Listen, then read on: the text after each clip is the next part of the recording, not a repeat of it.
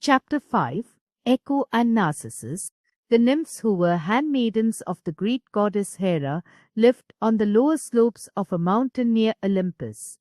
When they were not on duty, they sang, played and danced beside the streams and sparkling waterfalls and in the wooded glades.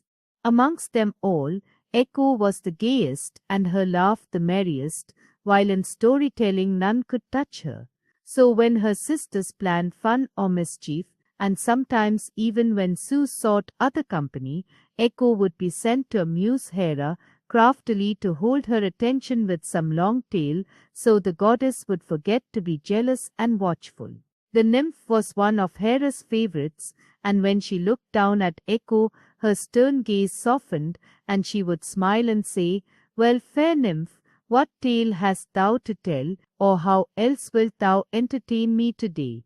And she told a new story, sometimes an old one, embroidering it with her own fancies, and sometimes she would just talk about herself and her doings. Her stories and her chatter were always irresistible, and time would slip away unnoticed, while Hera listened, and Echo's companions enjoyed themselves without fear of interruption or of their mistress's anger. But at last the black day of reckoning came, when Hera found out the trick Echo had so often played on her, and the fire of her wrath flashed forth like lightning. "The gift with which thou hast deceived me shall be thine no more," she cried. "Henceforward thou shalt be dumb till someone else hath spoken, and then even thou shalt not hold thy tongue, but must needs repeat the last words thou hast heard."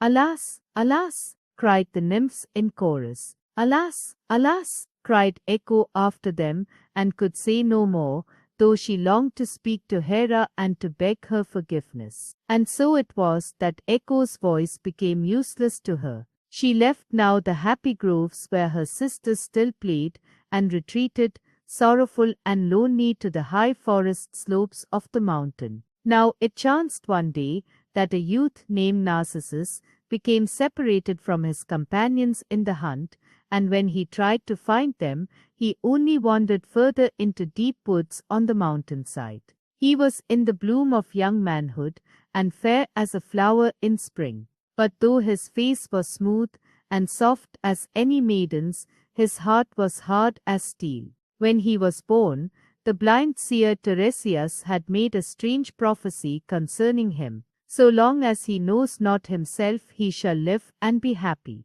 Narcissus grew up seeking nothing but his own pleasure, and because he was so handsome that all who saw him loved him, he found it easy to get from others what he would. Although he was loved by many youths and by many maidens, he spurned them all and himself knew nothing of love, and therefore but little of grief. For love at the best brings joy and sorrow hand in hand, and if unreturned it brings only pain. When Echo saw Narcissus wandering alone through the woods, she fell in love with him, and followed him wherever he went, hiding behind the trees and rocks, so that he should not see her. At last, when he found he had really lost his way, he began to shout for his companions. "Ho, there! Where are you?" he cried. "Where are you?" answered Echo. At the sound of her voice, Narcissus stopped and listened, but he heard nothing more. Then he called again, "I am here in the wood, Narcissus." At the sound of her voice, Narcissus stopped and listened, but he heard nothing more. Then he called again, "I am here in the wood, Narcissus." "In the wood, Narcissus," said she. "Come hither," she cried. "Come hither," she answered. Wondering at the strange voice which answered him, he looked all about, but could see no one. "Are you close at hand?" he asked. "Close at hand," answered Echo. Wondering at the strange voice which answered him, he looked all about, but could see no one. "Are you close at hand?" he asked. "Close at hand," answered Echo. Wondering the more at seeing no one, he went forward in the direction of the voice. Echo, when she found he was coming towards her, fled further, so that when next he called, her voice sounded far away. But wherever he was, she still followed, and she saw that she could not escape, for if he called she had to answer, and so brought him to her hiding place. By now they had come to an opening in the trees, where the green sloped down to a clear pool in the hollow. Here by the margin of the water she stood, with her back to the tall nodding bulrushes, and as Narcissus came out of the trees, she wrung her hands, and the salt tears dropped from her eyes, for she longed to speak words to him, and she could not. When he saw her, he stopped. "Are you she who calls me?" he asked. "Who calls me?" she answered. "I have told you, Narcissus," he said. "Narcissus," she cried, and held out her arms to him. "Who are you?" she gestured. "Have I not told you?" he said impatiently. "Narcissus, Narcissus," she said again, and still held out her hand beseechingly. "Tell me," he cried, "who are you, and why do you call me?" "You call me," said she. Then he grew angry. "Maiden, whoever you are, you have led me a pretty dance through the woods, and now face to face you only mock me." "Only mock me," said she. At this he became yet more angry, and began to abuse her, while she could say nothing of her love, and was forced to echo his cruel words. At last, having had enough of this profitless argument, exhausted by the distance he had covered in his wanderings on the mountain, Narcissus threw himself on the grass by the pool, and would not look at Echo nor speak to her.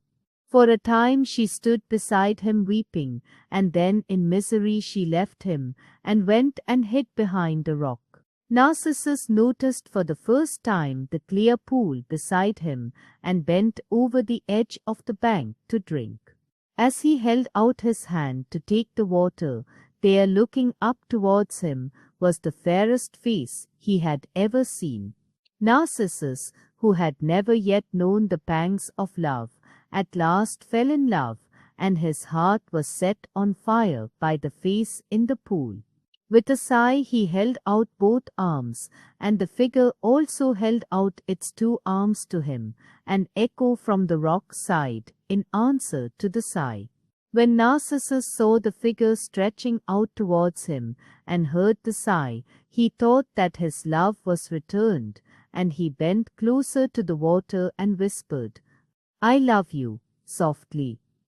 Answered Echo from the rock. At these words he reached down, and tried to clasp the figure in his arms, but when he broke the surface of the water, the figure vanished. The youth drew back, thinking he had been over-hasty, and waited a while. Then the ripples died away, and the face appeared again as clear as before, looking up at him longingly from the water. Once again he bent and tried to clasp the figure, and once again it fled from his embrace. Time after time he tried, and always the same thing happened, and at last he gave up in despair, and sat looking down into the water. Teardrops fell from his eyes, and the face in the pool looked up weeping, and in seeming longing and despair.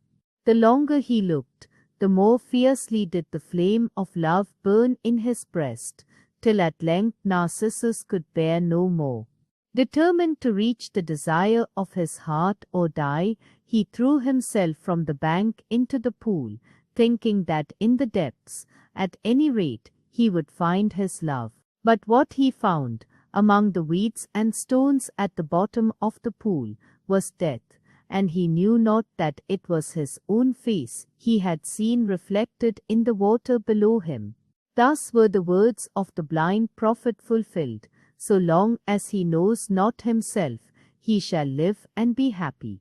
Echo, watching from behind the rock, saw all that had happened, and when Narcissus cast himself into the pool, she rushed forward, but was too late to stop him. When she found that he had disappeared beneath the surface of the water, she sank down on the grass at the edge of the pool, and wept, and there she stayed, weeping and sorrowing for her lost love, until she wasted away, her body dissolved into air, and her bones became stone at the water's edge. But although the nymph herself vanished, the power of Hera's curse remained. To this day, invisible echo haunts the doomed forest clearings, the rocky hillsides, and caves and vaults, and lofty halls, repeating the words she hears, answering when another calls. The body of Narcissus was never recovered by his companions, but beside the mountain pool,